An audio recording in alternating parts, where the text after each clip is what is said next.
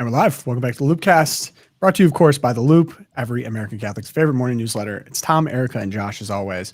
We have a fantastic Friday show planned for you. RFK Jr. has been on an absolute tear. Speaking of digging into what exactly happened to all of these migrant children who unfortunately were trafficked, we're going to get into that first. But he also had some good wins elsewhere, GAVI, etc. Another point of contention here, we had a major Supreme Court ruling actually dropped not too long, maybe about a half hour ago before recording this show, but major implications there. We're going to get into all that. Well, two so far that are pretty awesome. Two yeah. We're waiting on a two third. for the price of one. Got a little bit of Supreme Court infighting, which is always interesting to see. Yeah.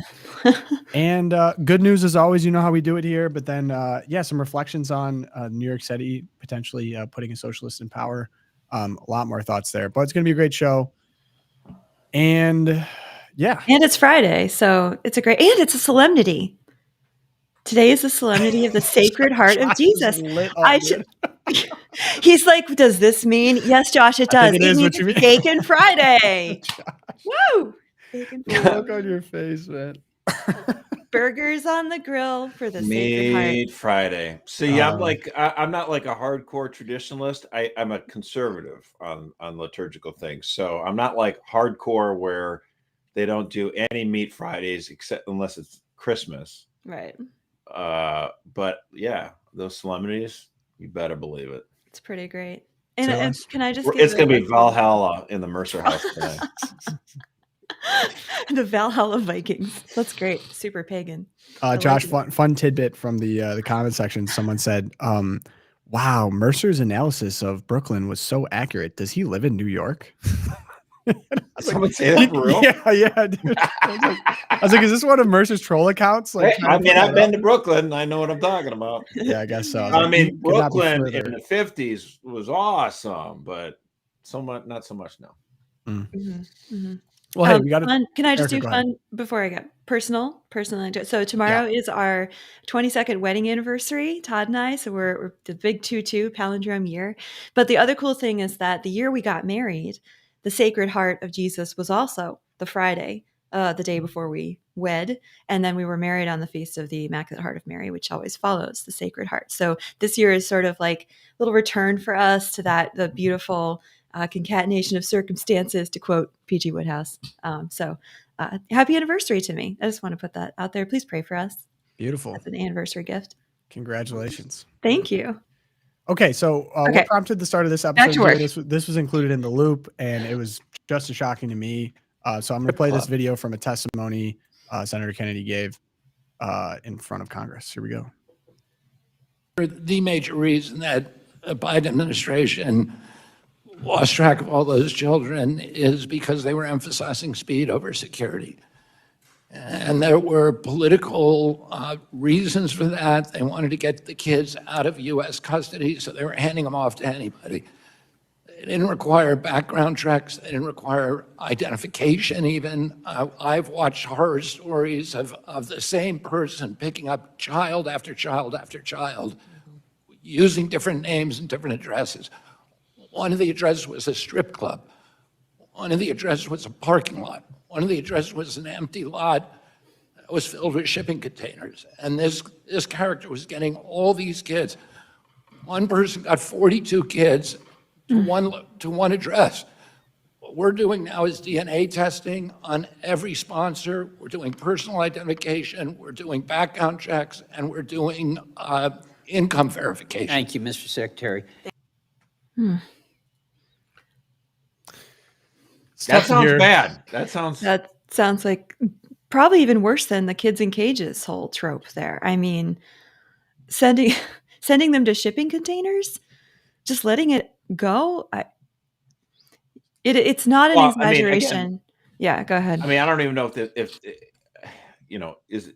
is what was said on the forms true, and that they sent them to these places, or did they just like start randomly throwing addresses down that they needed to? You know what I'm saying? Like, I don't even know what it is. Like, I have no confidence that I'm getting the truth here. Yeah. I'm not saying that against RFK. I mean, the governing agency involved there. And whatever it is terrible. I mean, it's really hard to wrap your mind around how horrific the previous border policy was. I remember talking to Mark Morgan in particular, like, why are we seeing strip club's address or like multiple people in the same house? How do we not know where 300,000 children are right now?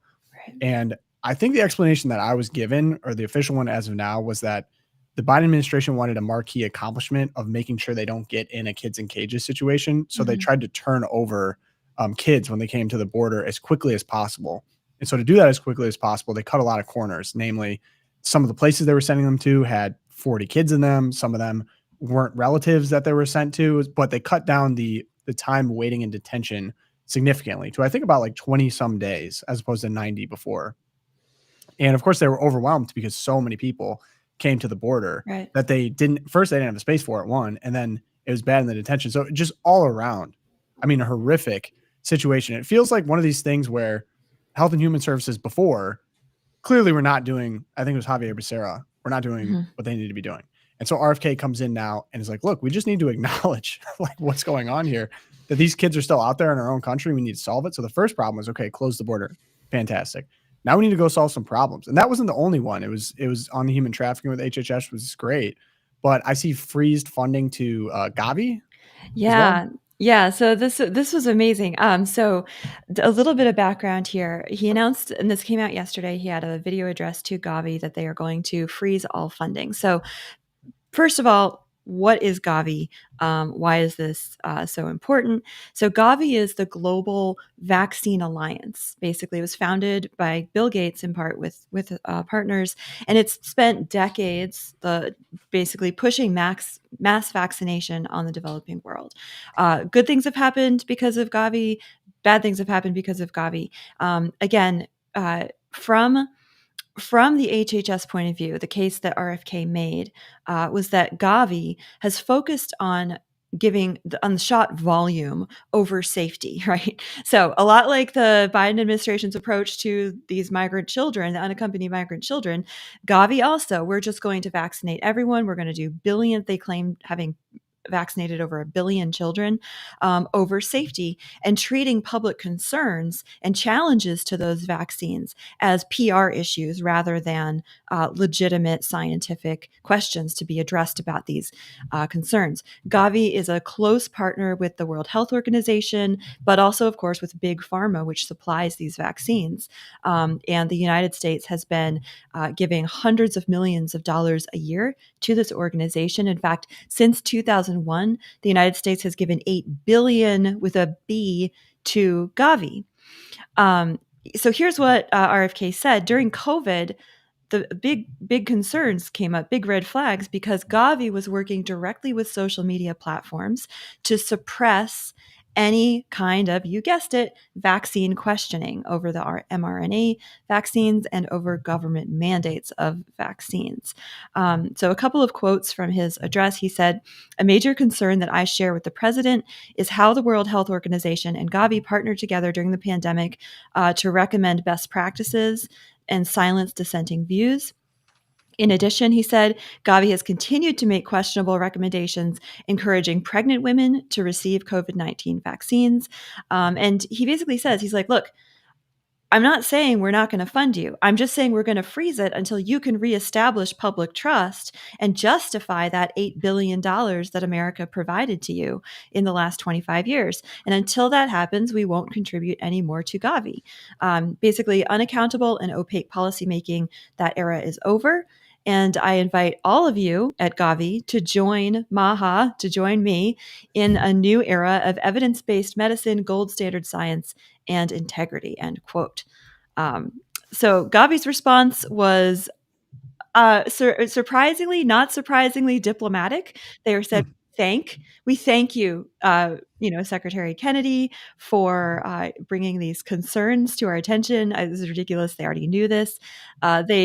They put out a case for the DTP, the diphtheria, tetanus, whole cell pertussis vaccine that has come under scientific scrutiny recently. They put out a case for that, but they said, "We look forward to further engagement and a continued partnership with the U.S. government."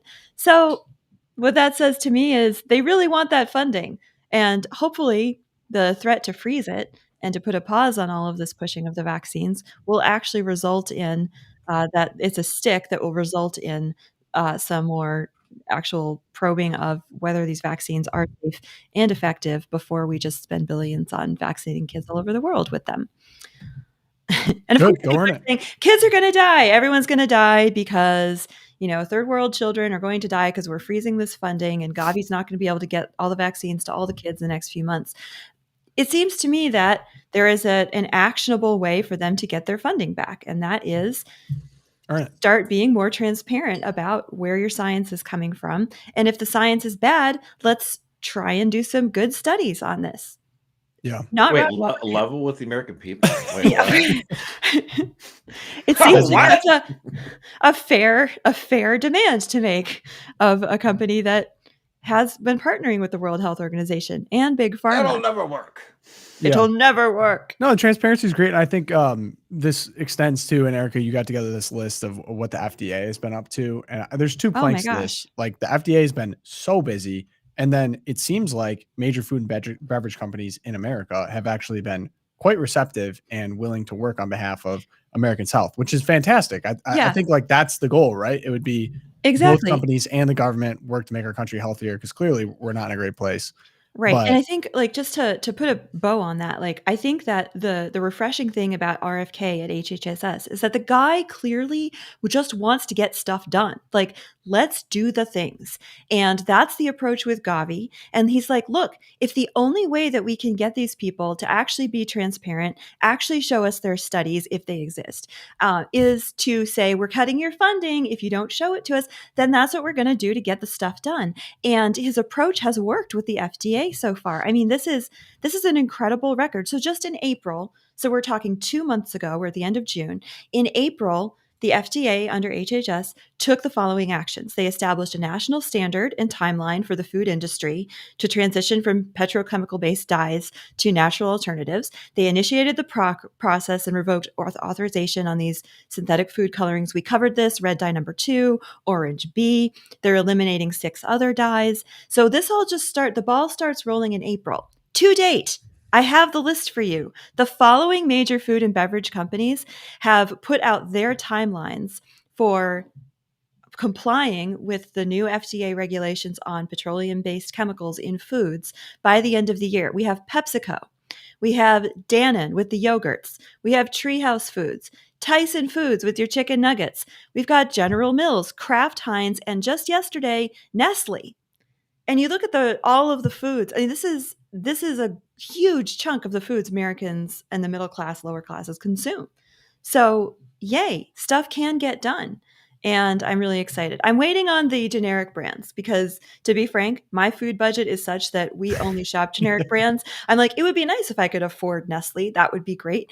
But with 7 kids, we definitely shop the Walmart. So when Great Foods hops on, I will be very excited. Yeah, get on board, Walmart. Yeah, hat tip to the Walmart franchise. So Sam's Club, their Members Mark brand, has also pledged full compliance by December of this year. So yeah, like stuff can get done when you do stuff. Go RFK, #winning. Trump quote, you can just do things. I think about that a lot. Yeah. Ron DeSantis also has this approach. Like, you can just do things. Like create a prison for illegal criminals who are here that is surrounded. Did I just shoot someone's Twilight Zone? Did you hear about this? No. Alligator Alcatraz? You can just do things. Alligator Alcatraz is a detention facility for criminals who are here illegally, and they get to go sit there, and it's surrounded by 50 miles of swamp infested with alligators and crocodiles. And to me, I'm like, yeah, I wouldn't try and escape from that at all. That's a real thing that's going on? Yes. So they're just... Yeah. I assume there's buildings, right? We're not just dropping them on. Peter Ducey just did a whole piece on it at Fox News this morning for Fox and Press. So he's down there. He's doing the tour of Alligator Alcatraz. Yeah, the left is losing their minds. They are losing their minds. They're like, how dare you put criminals somewhere they can't escape? Alligator Alcatraz. They wouldn't want to escape. They are kind of stealing all of California's flow. Like they're stealing people. They're stealing Alcatraz. You know what I mean? Like this is... I get it, but what are they going to have left at the end of this? You know, it's all going to go to Florida. Yep, pretty much. You might be getting some New Yorkers very soon too, but we'll see. I should have bought in Florida in 2019. I mean, I should have bought. Florida was sick. Lived there for 4 years. Okay, on to B block now, and this kind of broke this morning. So 2 things did, not this morning. So you get the universal injunction ruling, somewhat. It was on the No, it was. I mean, it was about the case was surrounding birthright citizenship. They didn't the Supreme Court didn't talk about birthright citizenship necessarily. That was not decided. But what they did talk about was the injunction stuff. And they said, yeah, the president can have relief from this idea that district judges can just automatically stop things. So that's pretty cool stuff. Very cool. And with implications beyond just the birthright citizenship, right? Like we're looking at all of these universal injunctions. And so we're looking at wins for life. We're looking at wins for LGBTQ, trans surgery on kids kind of stuff, right? Yeah, I think we have a good summary here from Fox. I can run. Yeah, this is actually really good. This is at least a partial, if not a full, and we're reading this because there are several concurrences here, but it's written by Justice Barrett, which goes against the ruling that I just gave the guidance because she's one of the least junior justices, but she was assigned to write this opinion.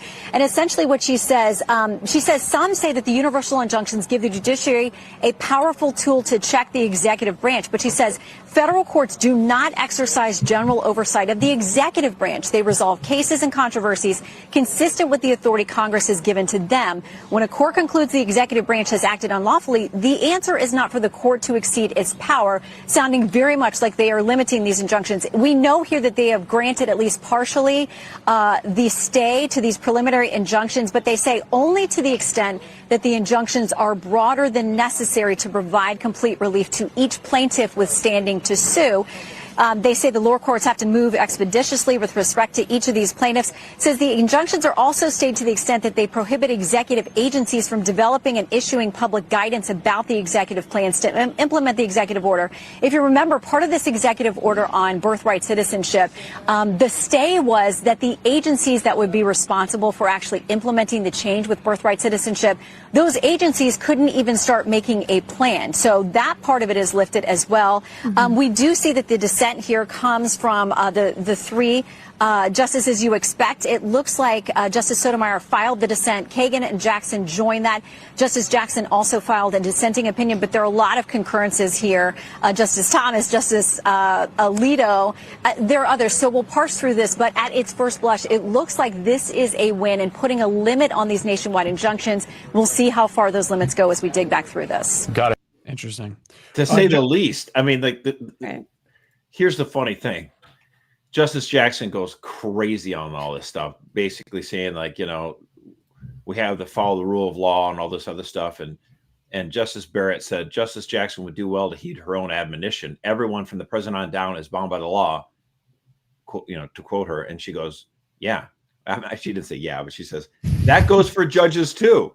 Yeah. And the best part about it, she's going like Justice Jackson went on this big rant, and Justice Coney Barrett says, we will not dwell on Justice Jackson's argument, which is at odds with more than 2 centuries worth of precedent, not to mention the Constitution itself. We observe only this. Justice Jackson decries an imperial executive while embracing an imperial judiciary. Love it. I mean, Love it. Justice Gorsuch was giving the teeniest amount of shade on Jackson on some of his things, respectfully, and Barrett just drops the hammer. I'm not even going to acknowledge your argument. It's so we will not entertain. It's so just the ACB heads are rejoicing right now. That's right. That's right. The ACB heads are having a day because this has kind of been a tough go. I feel like the oracle's been vindicated. Yep. It's been a while, honestly.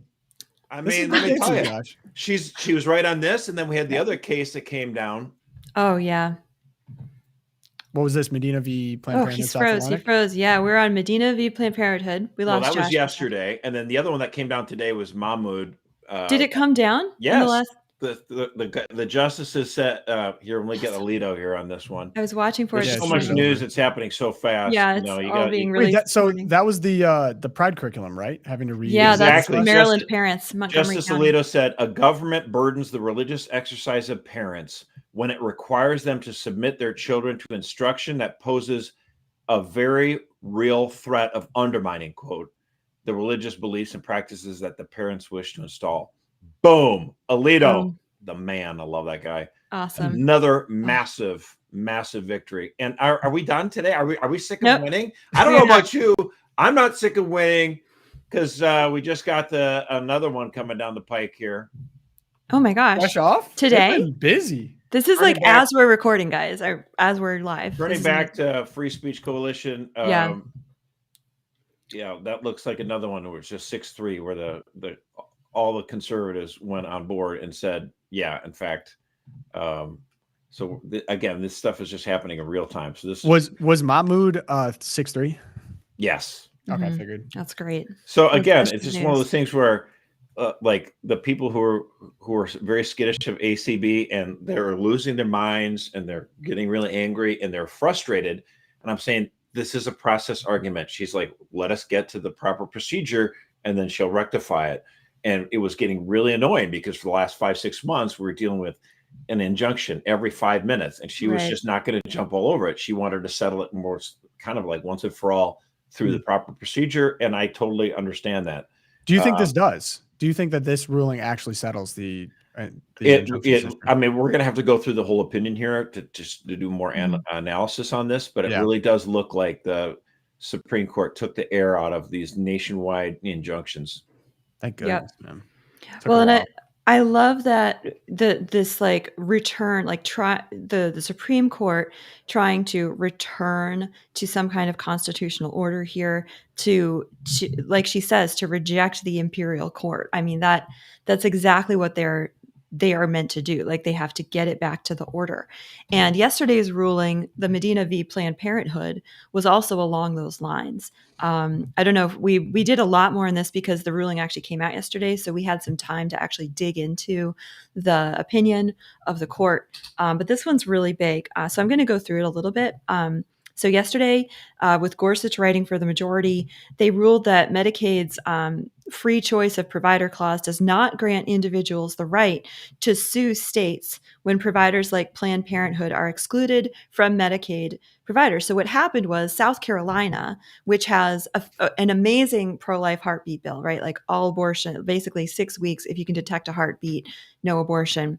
But they also had this 2018 executive order that barred clinics offering abortions from Medicaid funding, even for non-abortion services. So you offer abortions, you're out of Medicaid for everything that you do. The state argued that this, basically they were saying that if this is something, sorry, back it up. The state argued that this did not force patients to identify a specific right to choose such providers, but lower courts blocked that exclusion. And now the Supreme Court has reversed it. So the oral arguments, during oral arguments, Chief Justice Roberts and Brett Kavanaugh, they'd expressed skepticism about whether Medicaid patients, so what happened was Medicaid patients sued the state of South Carolina, and it goes all the way up to the Supreme Court saying that they were blocking them from getting care. And they were saying, I don't think Medicaid patients actually have a private right to sue to enforce their provider choice. Which was the key issue in the case. And Roberts questioned whether Congress intended for lawsuits like that when it wrote the Medicaid law. And Kavanaugh was saying that allowing states to exclude providers could lead to broader restrictions, like barring Catholic hospitals from Medicaid for not providing abortions. So it would have gone the other way and have it become a religious issue.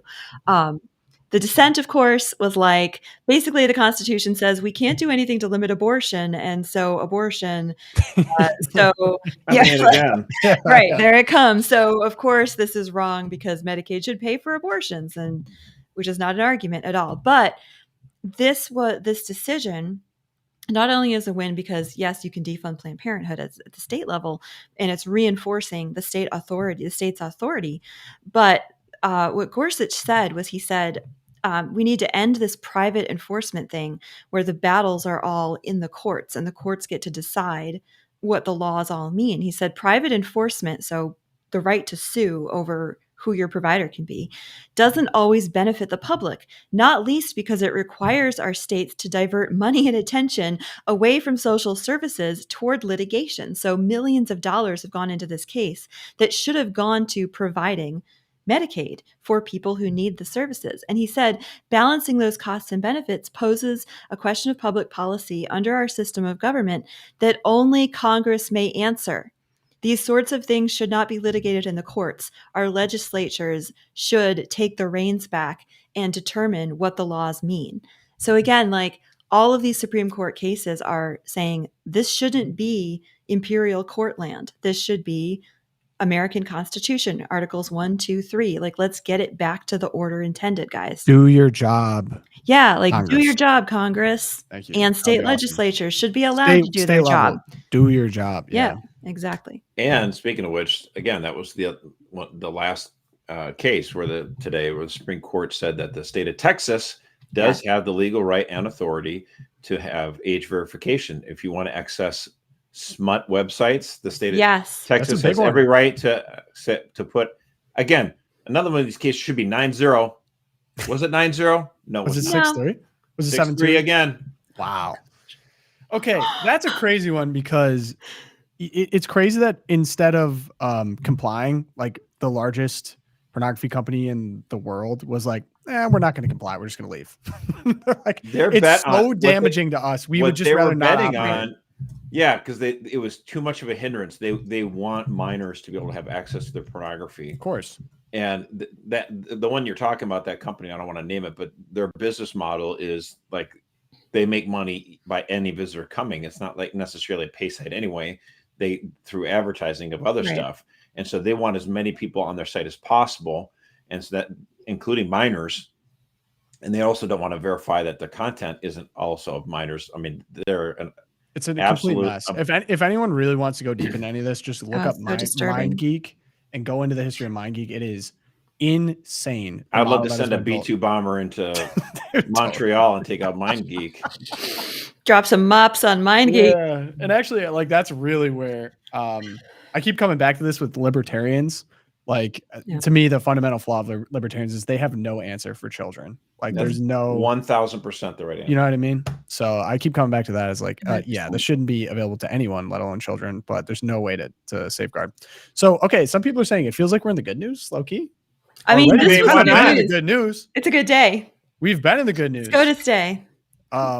Erica, you're up. Okay, well, I have a tearjerker that I just wanted to share with anyone. Anything that goes with like Special Olympics, special athletes has super soft space in my heart. I love it. I love being Christian because it means that we really believe that these innocents, people with mental disabilities and limitations, are the most precious in God's sight. And we just had this moment in the Oval Office. This is Trump meeting with some Special Olympics athletes. So just roll the tape. How did you feel about winning? How did you feel? I did good. I did 5 over 5 times water, 5 times over. Whoa. That's not bad. Thank you. Mr. President, Jane was telling us beforehand, we were waiting in the Roosevelt room, she was sharing that she was so excited that her dad and she both have the same color hair as you. Very proud of that. Yes. I hope he has a beautiful head of hair like that. I'll bet he is better. That my dad called her head. He likes the hair. That's very interesting. I'm going to have to think about that. Thank you. Gets better. Your dad, right? No, I'll tell you why. Go ahead. My dad died. Ooh. And my mom too. You're in the Oval Office, and they're looking down on you, and they see gold, right? That's gold. Yes. That's really something, and they're very proud of you, right? Thank you. So, congratulations. Wow, well handled on Trump's part. That was throw that was a curveball. He was not ready for it, and he hit it out of the park. Wasn't that awesome? I wasn't ready for that. I actually cried when I first saw that. I had all the feels came out. It was so beautiful. They're looking down on you, very and that's cute. gold. Beautiful, Very cute. beautiful. Go for it. All right, Josh, what you got? Well, I mean, look, I mean, the good news for me is just all these Supreme Court rulings today. That's the good news. Again, I would just like to offer just a reminder on it. Like when we get mad at, sometimes like, Gorsuch, still mad at him for Bostock. Barrett was on procedure stuff, not great. But overall, like the legacy of this Supreme Court is going to be that it returns the proper authority and power to the institutions that deserve it. If it's supposed to be this agency under the executive, if it's supposed to be for Congress over here, or if it's supposed to be for the state of Texas for age verification and stuff, it is a court that is the absolute opposite of what we experienced in the 90s and 80s with Souter, Kennedy, O'Connor, where they would say, no, we are the 9 kings and queens and we will decide everything. And they try to split hairs so perfectly. And what they ended up doing is just assuming more power, and they got to be involved in everything.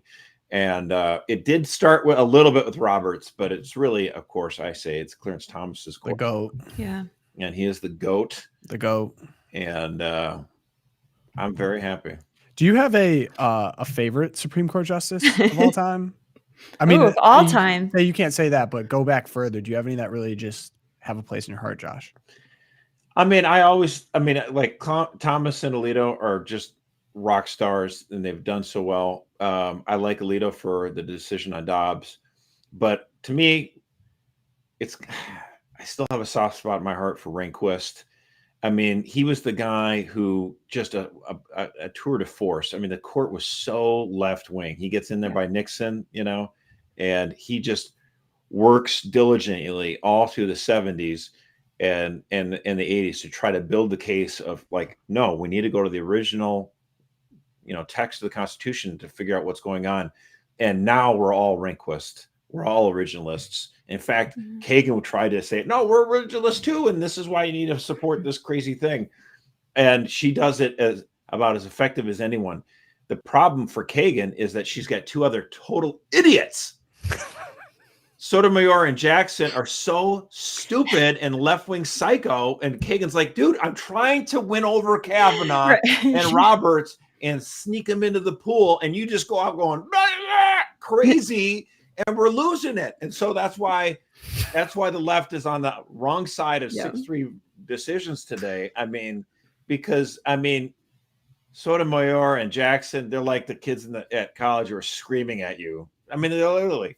Do I need to ask you who your least favorite are, or do you think you've already? Jackson's the least favorite. I mean, she can't even tell me what a woman is. Give me a break. That's she should be off the court. That idiot. You're making a strong point. But okay, mine is. I did meet Rehnquist in real life. I did. I'm like, that's cool. I was sitting on a plane behind him, and there was a federal marshal on the plane, And I just said to Rehnquist, I go, I knew, like, literally the marshal was the only other person on the plane that knew who. I mean, there's a VIP on board. No one knows who this guy is. He just looked like a guy who's going to go fishing. Yeah. I said to Rehnquist, just so you know, I'm praying for you.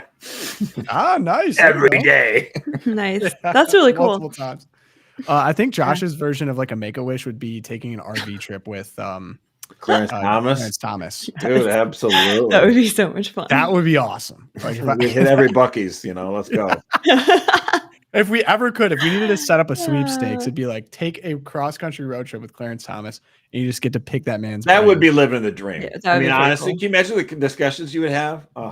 Couldn't. So It cool. would be, it'd probably leave much smarter. I'll tell you that. That's even better than Valhalla.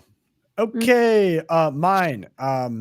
So I brought this up previously. I can't believe this was ever a thing, but yes, we had a USNS Harvey Milk. The military is making efforts to rebrand into a warrior crew, not naming, alleged pedophiles to naval ships. He lived with the guy. Yeah.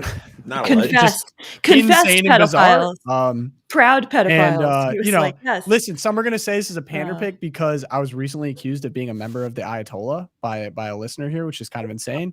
I've always loved our boys in the military, of course. I know many of them. So here we go. Here's the video of Pete explaining. Well, I'm pleased to officially announce that the Department of the Navy is renaming the Fleet Replenishment Oiler, formerly known as the USNS Harvey Milk, to the USNS Oscar V. Peterson. We are taking the politics out of ship naming. We're not renaming the ship to anything political. This is not about political activists, unlike the previous administration. Instead, we're renaming the ship after a United States Navy Congressional Medal of Honor recipient, as it should be. People want to be proud of the ship they're sailing in. And so we're renaming it after a chief, a Navy chief. That during the Battle of the Coral Sea in May of 1942, Chief Water Tender Peterson led a repair party on the USS Neosho. The ship was severely damaged by Japanese dive bombers, and the entire repair party was either killed or severely wounded. Peterson himself was gravely wounded, yet he managed to single-handedly close the bulkhead stop valves thereby helping to keep the ship operational. In performing his historic actions and heroic actions, Peterson received additional injuries and burns, which tragically resulted in his death.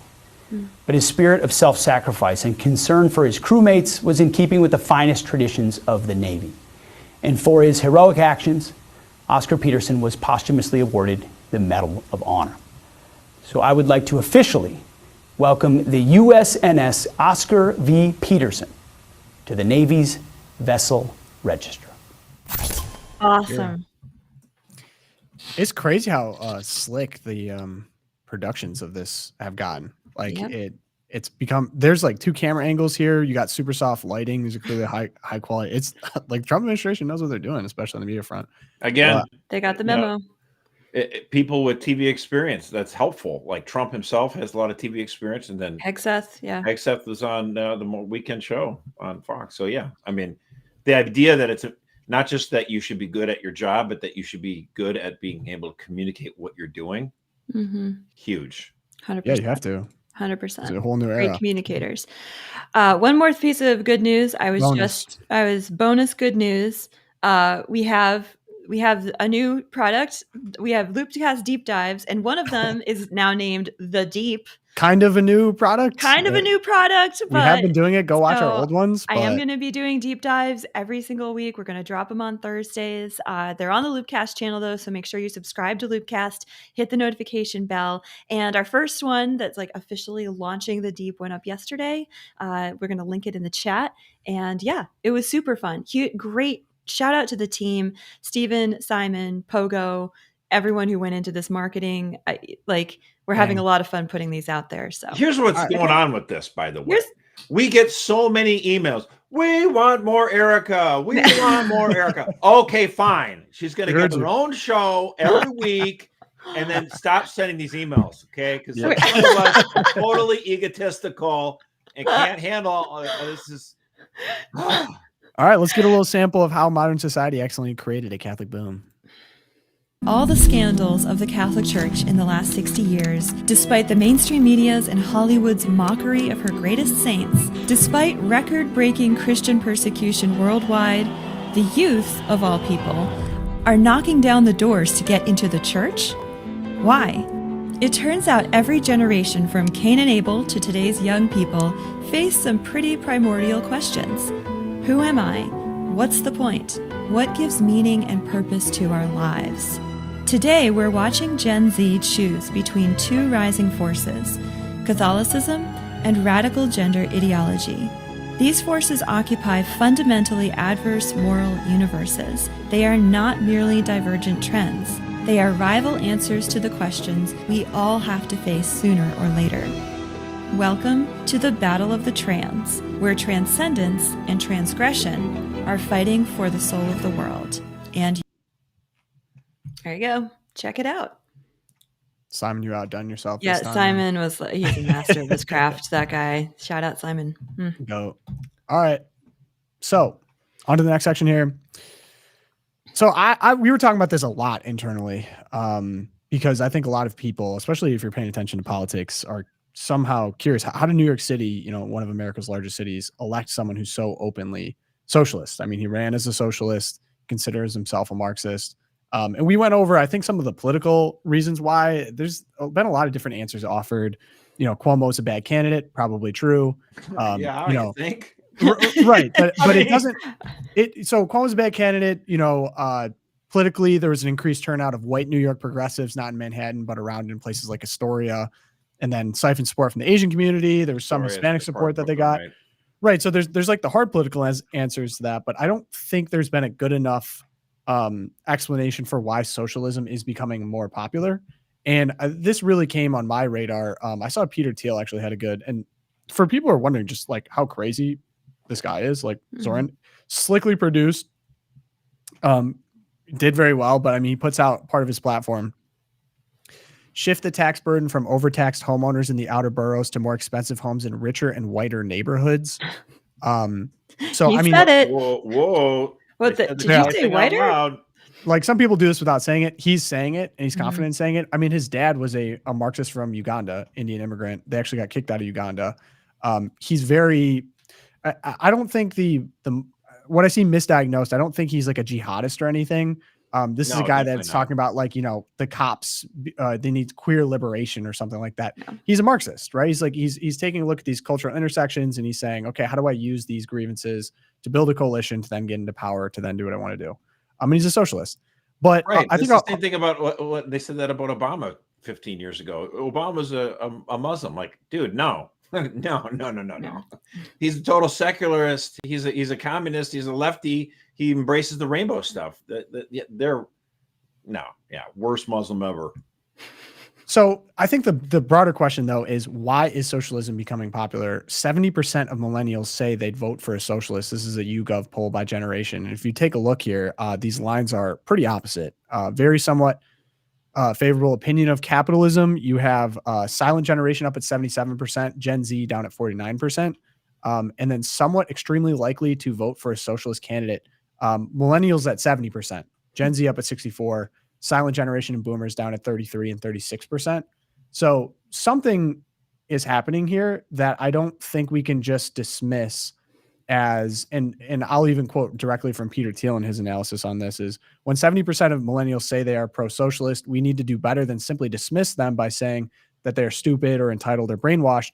We should try and understand why. Amen to that. And from the perspective of broken generational compact, there seems to be a pretty straightforward answer to me.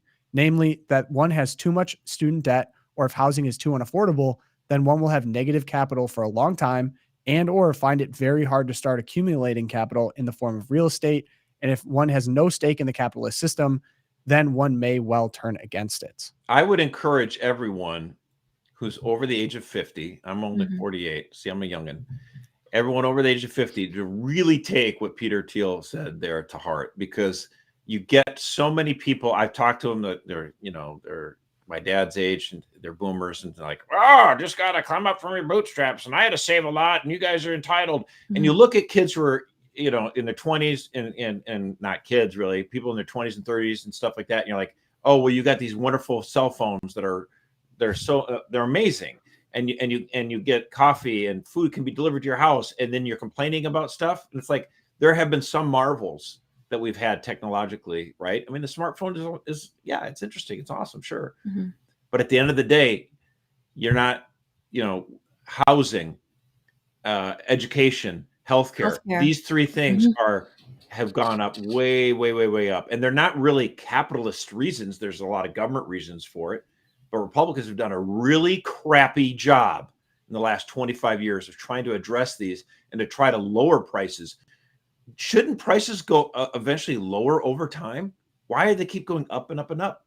Well, we got to do something about that. And so Tom, I think this is awesome. Keep going. I'm sorry to go on a little. No, I really appreciate you caveating that, because if I start going into it, I sound kind of like the entitled 27-year-old complainer or whatever. But I'm really the last person. Everyone in the 20s complains about this, and they've done that every year for the last 70, 80 years. I get it, but there's something different. Yeah. And so there are systemic problems that we do need to address. So, and I like that you made the point too of like, there's some marvels and some things are better, no doubt. But I think Konstantin Kisin made this point too, like not all goods are created equal. Right. And so like I would trade a cheap LED TV for a house for $40,000 tomorrow. But that obvious trade is not available to me. I know. I'd get rid of so many of these things, dude. Like if I could just, because Konstantin makes the point too, like when people feel like they can't have kids until they get a home, until they can settle somewhere. And if you don't feel like you can even reasonably afford a home, like there's a lot of people I know, you're just not going to be able to buy a home. Average age of a home buyer in America now is 35. I think it's going up. It's going up. And I mean, these are the reasons why, like if you take a look at the median home sales price, this is 1973 median home sales price adjusted for 2023 inflation is $37,000, 202. And then if you look at 2023, we're talking about $426,000 for a house. Median rent, it's not much better. $913 adjusted for. Oh, we lost Tom. Come back, Tom. That was what I'm trying to make a point, huh?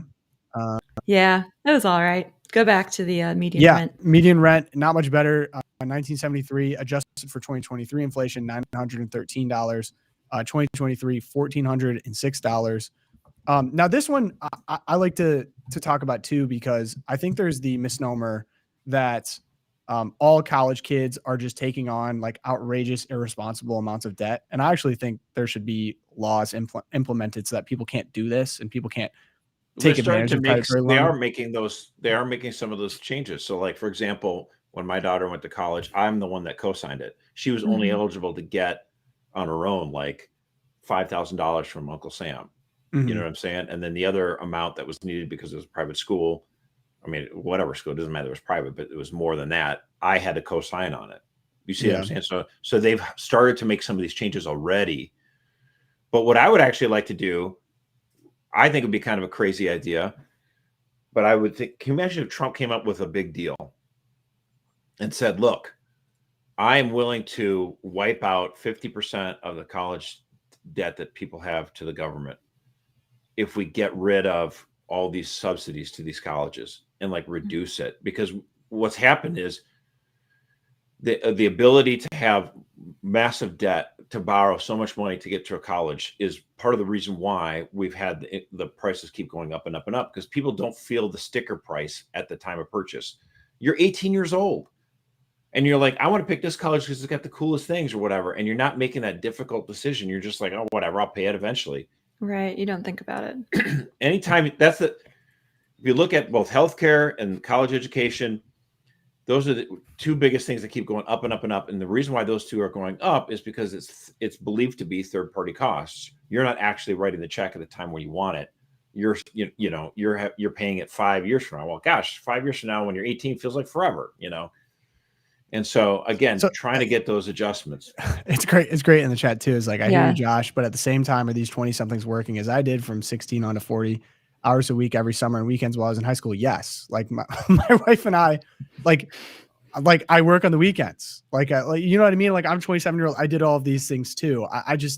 I think there are some people that are lazy that are not. Just there were some people that were lazy in the 90s when I wasn't. Yeah, I mean, I get exactly. It. So, but the problem, I think, and I was listening to Peter Thiel talk. He was on Ross Douthat's show, and super interesting guy. I love listening because his ideas are crazy. But I think he's pretty right on a lot of things. And one of them being, they were asking him, why was he the lone tech billionaire to back Trump? Because he's somewhat of a political venture capitalist, right? He backed JD Vance, backed Trump, very successful political PayPal guy, right? Yeah. PayPal guy. And he's like, I needed someone to sound the alarm that there's been stagnation and that there's real significant problems. And I saw Trump at minimum basically doing that for the country, even if it is disruptive, even if he is crazy.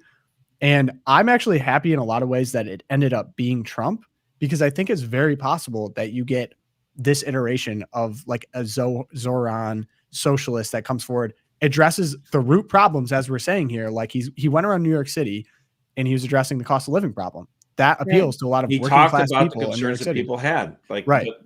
I don't agree with the solutions, but at least someone's giving, like, that's where I would say, like, the George Bushes or whatever, honeycoat, everything's great, that kind of thing isn't working. Bush, it's going to make McCain, Romney, like, give me a break. It was a joke, but here we are at another inflection point. So in the late 1970s, it was really hard to do family formation. Let me just give you a picture. Okay, so my mom and my dad bought a house. They bought it the year I was born, so 1977. And you're like, oh, it was only $40,000. I'm like, yeah. You know what though? The interest rate was 14%, and inflation was about 12%. And so they were getting hammered, and it was really hard to do family formation at that point because every mouth to feed. It was really expensive. That was the again, stagflation from Nixon forward and into Carter, ramping it up even more so. You had a full decade of just abysmal economic news, right? And Reagan came in, and with Volcker, he was the Fed chairman, like just wring out the inflation. And it was tough medicine for 2 years. The Republicans got their butts kicked in 1982 midterm elections. But by 1984, the economy was kicking butt. And I put in the chat there an ad. I think it's the best political ad ever. It's one that connects with everyone. You watch this ad. It was so powerful. The guy went on to win 49 states, actually 50, but that's another story. It's morning again in America. Today, more men and women will go to work than ever before in our country's history. With interest rates at about half the record highs of 1980, nearly 2,000 families today will buy new homes, more than at any time in the past 4 years. This afternoon, 6,500 young men and women will be married. And with inflation at less than half of what it was just 4 years ago, they can look forward with confidence to the future. It's morning again in America. And under the leadership of President Reagan, our country is prouder and stronger and better. Why would we ever want to return to where we were less than 4 short years ago? No. This is the country I live in now. See what we talked about? He talked about the issues that matter.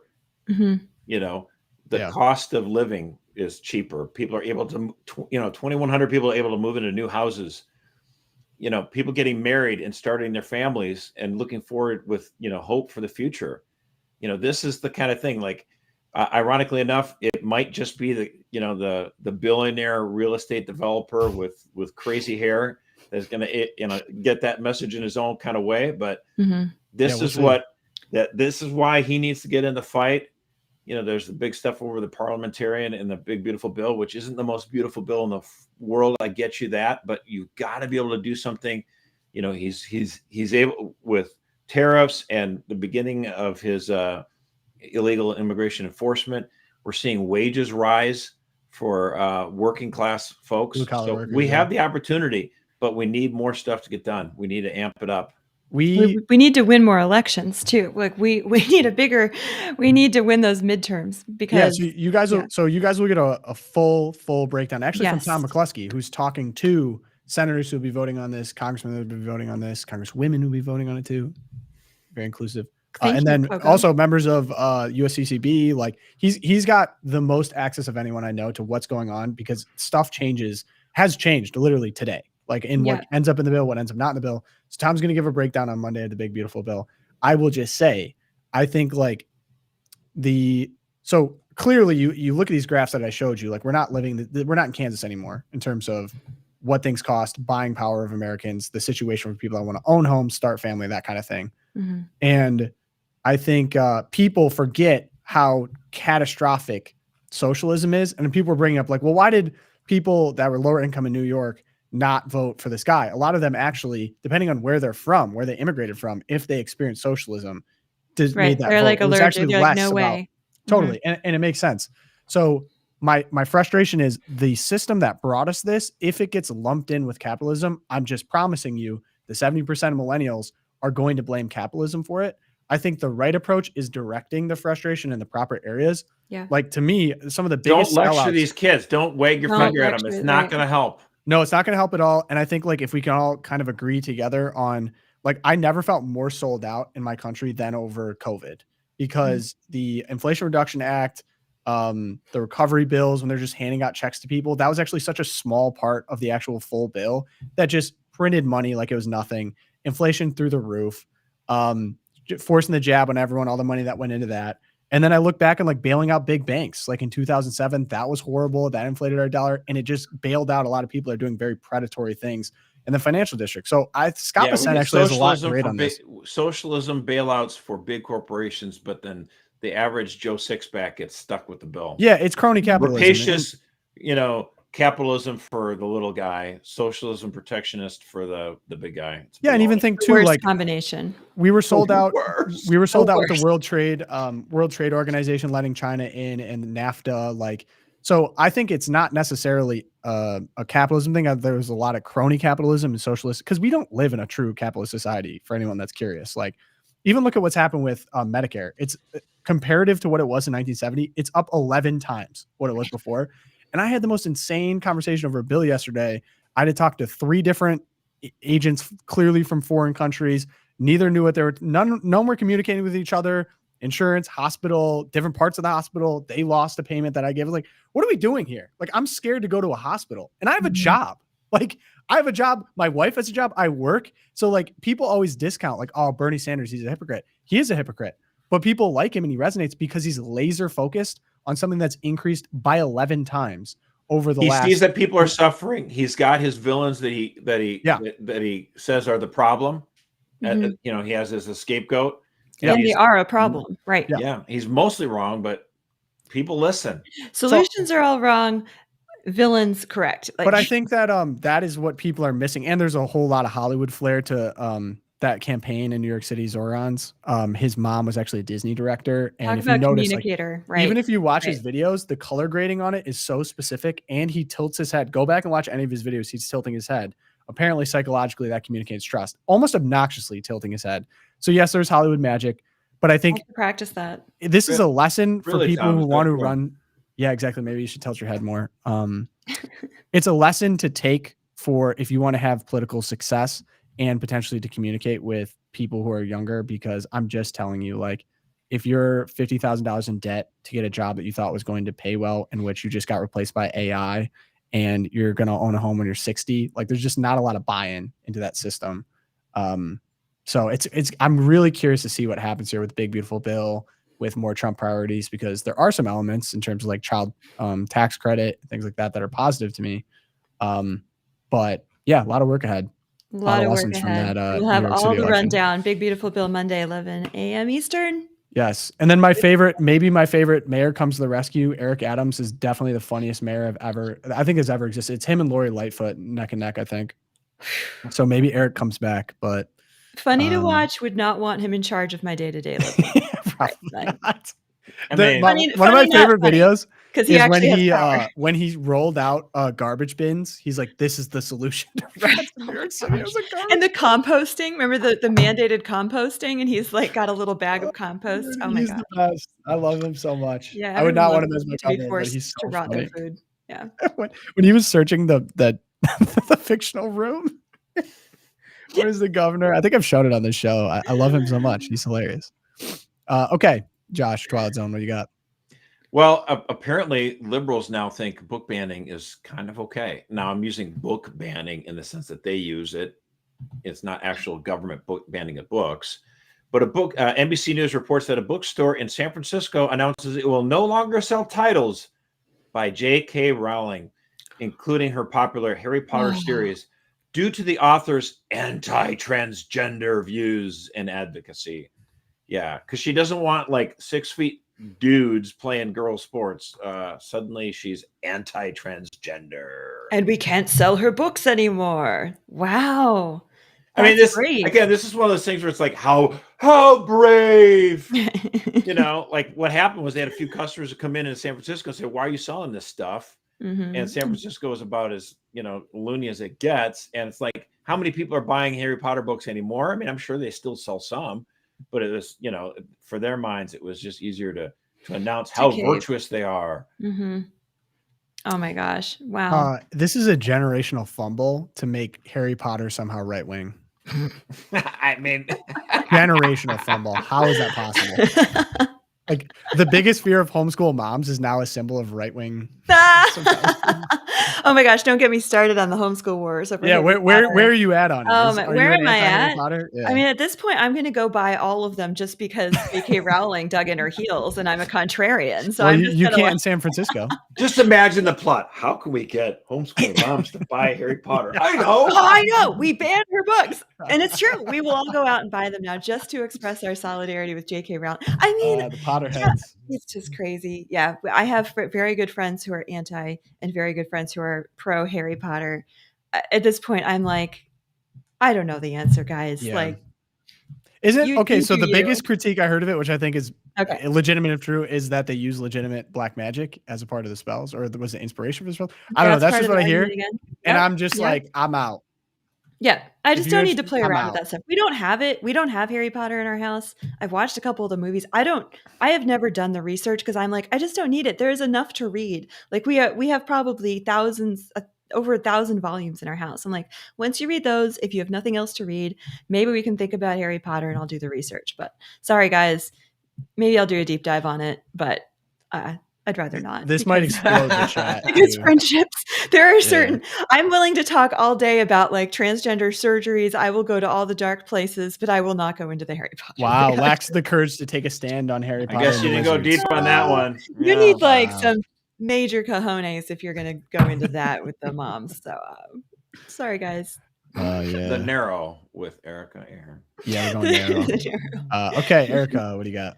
I don't even know what to pick, but I think I'll go with the California General Assembly because, well, one, the California General Assembly, they passed multiple resolutions on how Republicans and Trump are threats to democracy.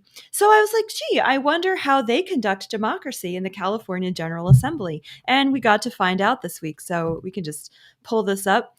Roll the tape. A little bit of context first while Pogo's getting that keyed up. They had a resolution, and the resolution was about Pride Month, but they added into the resolution all of these multiple things about boys and girls sports, and we have to have like children who can have their breasts removed as minors and all of that. They added it in. So God bless this dude, Republican Carl DeMaio. He gets up and he explains why he was perfectly happy to have a Pride Month resolution celebrating gay people, which, yes, I think that's a problem. But then they put in these resolutions. He is gay. Carl is. He is himself. But he gets up and he's like, guys, we have gone a bridge too far. And here's what happened. Roll the tape. Do I have to? Because you do. Because it's my Twilight Zone. You have to play this. But I've really blissfully not heard anything about Pride Month for the entire month of June. And we're almost at the end. Sorry, Pogo. Okay, it's my time, my soapbox. The worst I can say about the resolution is that it's inflammatory, it is dishonest, it is divisive, it is a shame. Unique. Mr. DeMaio, Mr. DeMaio, just a moment, please. Just a moment. Mr. Reading Clerk, can you hold Mr. DeMaio's time? Music is added in. Sorry, I have a very important announcement today. Mr. Juan Carrillo, I understand it's your birthday today. Members, will you join me in wishing Mr. Carrillo a very happy birthday today?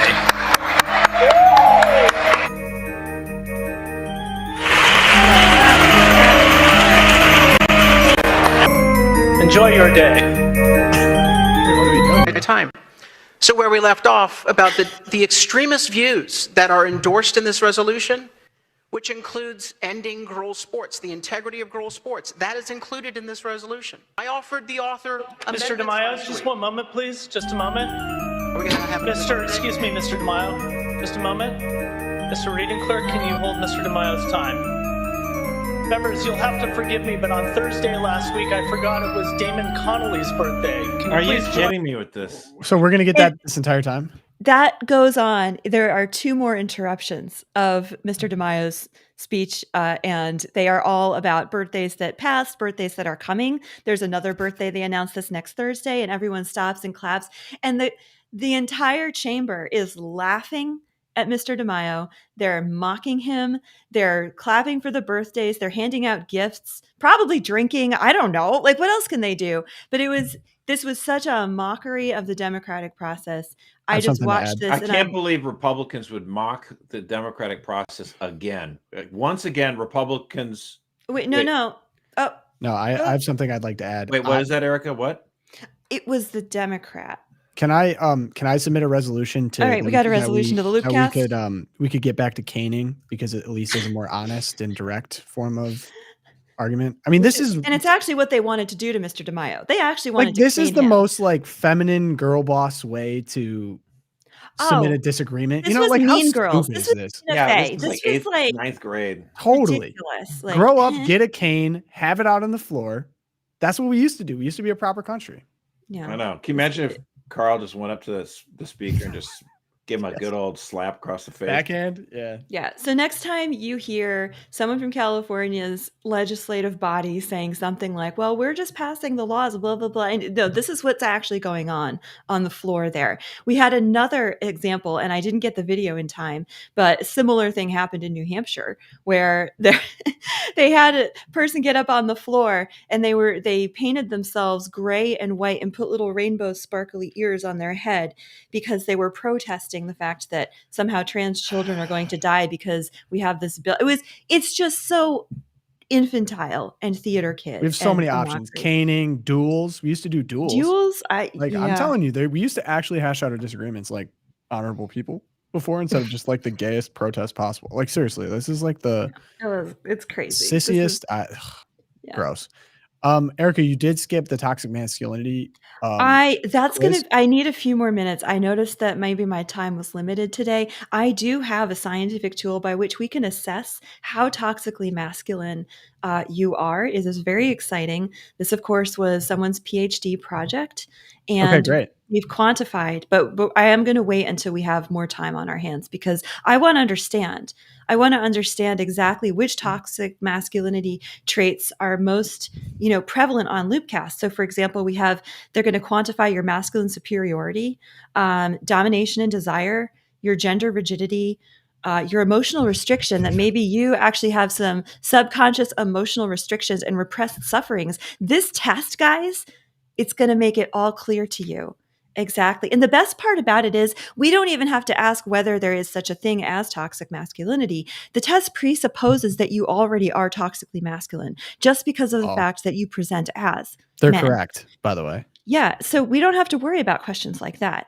All that is left to us is how toxically masculine, to what extent toxically masculine. Can we go through some Very samples excited. here? I see men who wear women's clothing. Okay. I see that you want to take the extra time today, Tom. So I will indulge you. And as I identify as female on the podcast, I will administer the test. So if we're worried about your gender rigidity, for example, on a scale of 1 to 5, 1 being you don't agree at all, 5 agree, like you totally agree with the statement. Ready? All right, Pogo. Men who wear women's clothing are not masculine. 1 to 5. 5. Okay, Mercer, you want to give us a score there? 5 is, I totally agree with that. Yeah. Okay, so that's pretty rigid of you. But that's only like a 65% indicator of how rigid you are. So let's ask another one. Let's make it more specific. Men who wear dresses and skirts are not masculine. 1 to 5. Yeah, obvious. Yeah. Okay. Well, we got to up the ante a little bit. Here's one that's even more indicative. Men should only use masculine pronouns. 1 to 5. 5. I disagree with the framing of the question, but 5. Oh, okay. 5 and 5. Well, okay. So you guys, on the gender rigidity element of your toxic masculinity, you are at about 100. You have massive rigidity. Dude, Josh, high five, man. Yeah. All right. I mean, we can also talk like domination. Domination? No, we don't want to do that though. I think that might be R-rated. This is going to start getting weird. Yeah, this is going to start getting weird. How about your repressed suffering? Because one of the elements of being a toxic man is that you actually have a lot of pain and repressed suffering. So on a scale of 1 to 5, Pogo. Yep. If I am in pain, I don't let people know. 5. 5 strongest. Okay. I'd say you're like Michelle Obama levels of no. I'd say probably 3. I'd say 3. I'm in the I mean, we had angry populist Tom, and you have some. I'm in the middle. I let people know. Yeah, you let people know. Okay. Yep. Agree. If I'm angry, I let people know, but not if I'm in pain. Okay. All right. So maybe like a 3 for Tom, maybe a 4.5 for Josh. All right. If I am sick, I refuse to go to the doctor. Yeah. Oh, that's a 5. Never catch me at the doctor. Especially after that emergency. After my insurance, right? I can't afford it. This might not be a masculine thing. This is just a function of healthcare costs. But okay, whatever. I haven't been to the doctor in 3 years. I think. Never catch me at a doctor. Yeah. So that's pretty good, you guys. With those 2 questions, your repressed suffering, about 80% for Pogo, maybe. So pretty high. I mean, you guys are pretty toxic at this point. We could keep going, but. Yeah, I think we don't need to tell people something that they don't already know. Yeah, that's true. All right, I have a fun one. I'm gonna end it out on a sick one. Okay, so wait, I have one more.